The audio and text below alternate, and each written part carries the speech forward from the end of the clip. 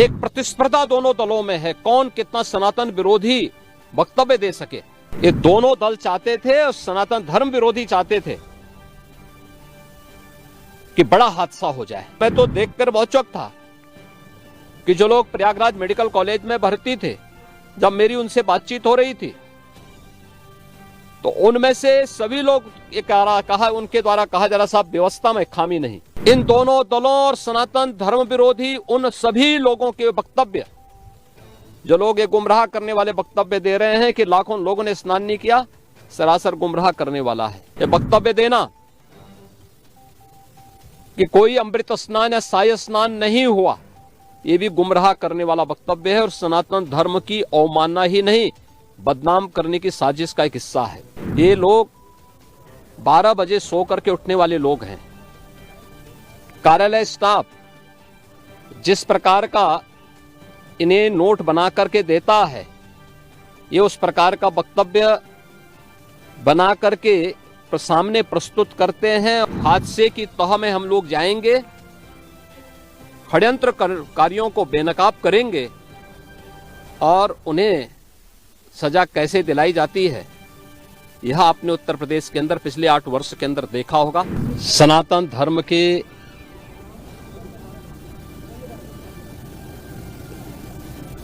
इस सबसे बड़े आयोजन का साक्षी बनकर के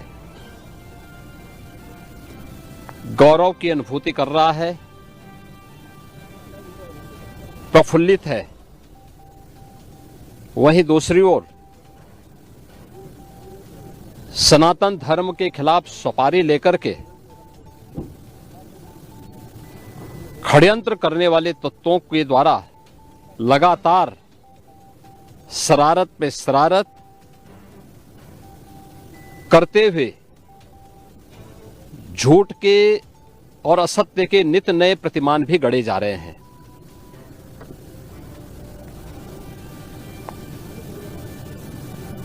भारत के संसदीय लोकतंत्र की सबसे और सर्वोच्च संस्था देश की संसद में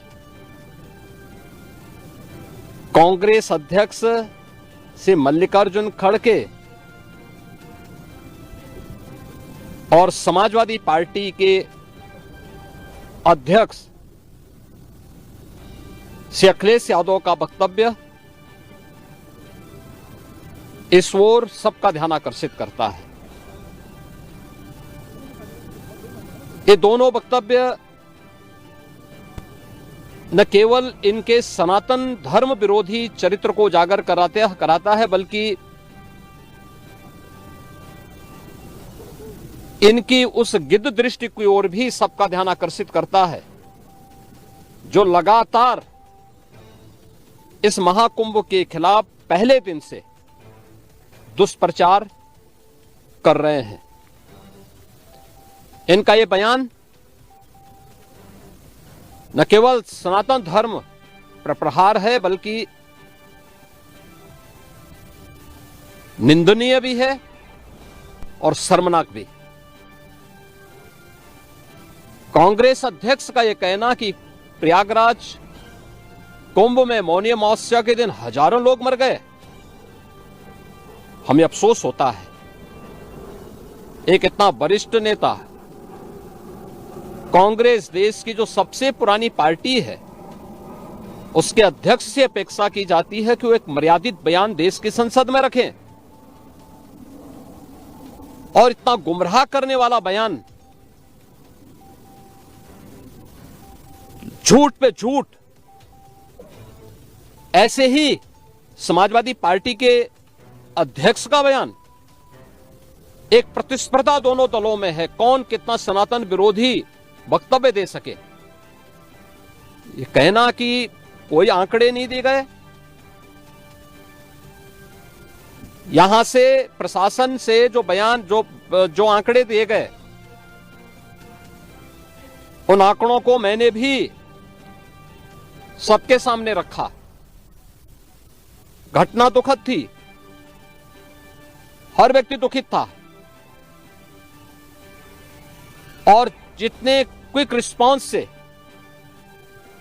मेला प्रशासन, पुलिस, एनडीआरएफ, एसडीआरएफ सिविल डिफेंस, इन सब ने मिलकर के घायलों को हॉस्पिटल पहुंचाने का काम किया। अपने आप में एक मिसाल है। करोड़ों लोग प्रयागराज में उस दिन उपस्थित थे। ये दोनों दल चाहते थे और सनातन धर्म विरोधी चाहते थे कि बड़ा हादसा हो जाए। हमारी पहली प्राथमिकता थी कि किसी भी स्थिति में इसको हम जीरो हादसे तक लेके जाएं। लेकिन दुर्भाग्यपूर्ण तरीके से एक घटना घटित हुई, लेकिन जितने क्विक रिस्पांस से प्रशासन ने और सभी संबंधित संस्थाओं ने कार्य लेकर के उन्हें हॉस्पिटलाइज किया, उसमें कुछ लोग उस हादसे के शिकार हुए। वह दुखद है। उन सभी परिवारों के प्रति हम लोगों ने अपनी संवेदना भी व्यक्त की और उसके लिए कुछ आर्थिक मुआवजा भी घोषित किया। यद्यपि किसी व्यक्ति की कमी मुआवजे से नहीं हो सकती, लेकिन तब भी हम लोगों ने एक प्रयास किया। घायलों का प्रॉपर उपचार कराया। वे सभी घायल आज भी कुछ प्रयागराज मेडिकल कॉलेज में हैं, बाकी अपने परिवार के सदस्यों के साथ चले गए हैं। मैंने भी, मेरे साथ मेरे मंत्रियों ने भी, प्रशासन ने भी, प्रदेश के मुख्य सचिव ने भी, प्रदेश के डीजीपी ने भी उन सभी लोगों से मुलाकात की थी।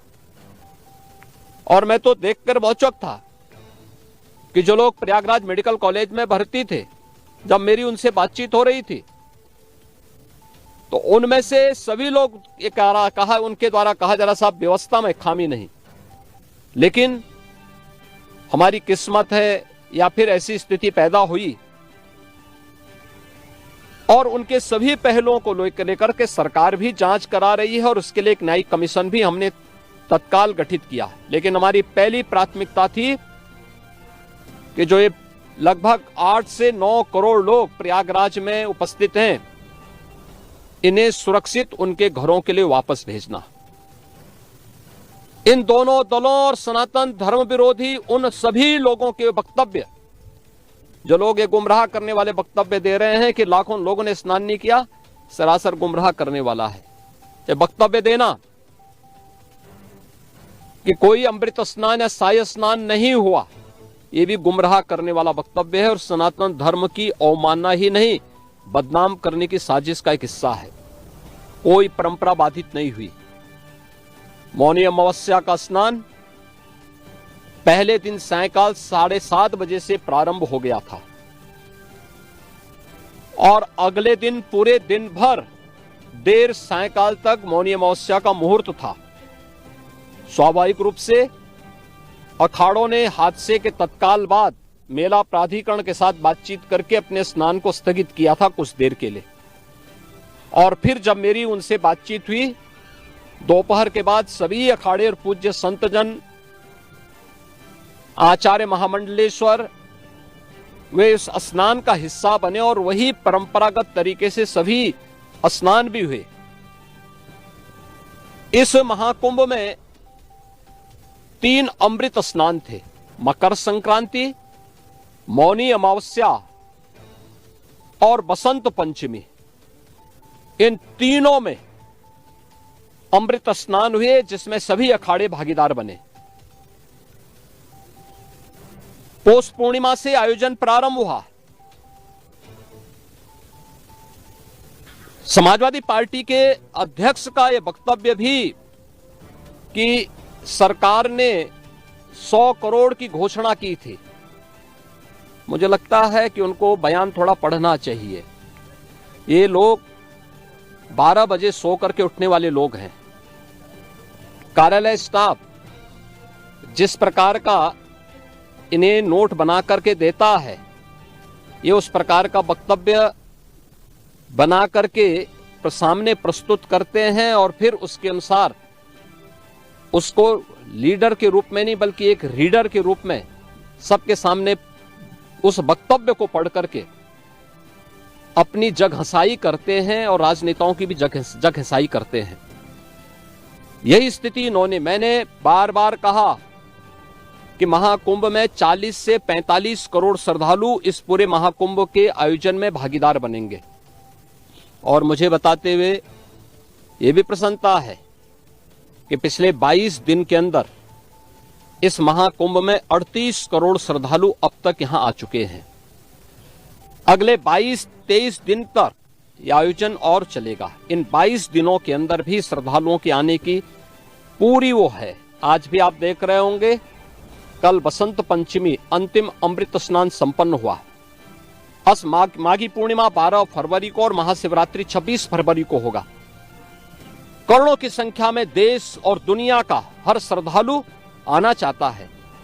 आज भूटान के महामहिम नरेश ने भी यहां पर अपने देश के तमाम लोगों के साथ में इस आयोजन में वे सहभागी बने।